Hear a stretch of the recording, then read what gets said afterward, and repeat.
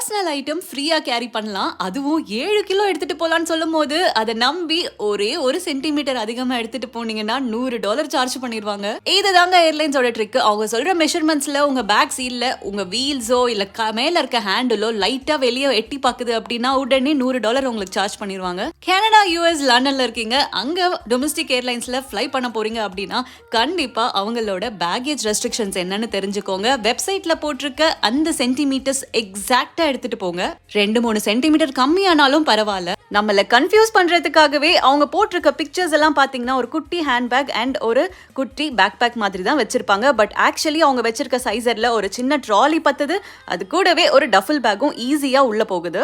இந்த டைமென்ஷன்ஸ்லாம் ஃபாலோ பண்ணனால நாங்கள் 17 kgs எடுத்துகிட்டு போக முடிஞ்சது. அதுவும் இல்லாமல் ரிட்டர்ன் ஃப்ளைட் இருக்கும்போது $150 நாங்கள் பேகேஜ்கே சேவ் பண்ணிட்டோம். ஸோ நீங்களும் இந்த மாதிரி பார்த்து கரெக்டாக எடுத்துகிட்டு போனீங்க அப்படின்னா நிறைய டாலர் சேவ் பண்ணலாம். பாய்.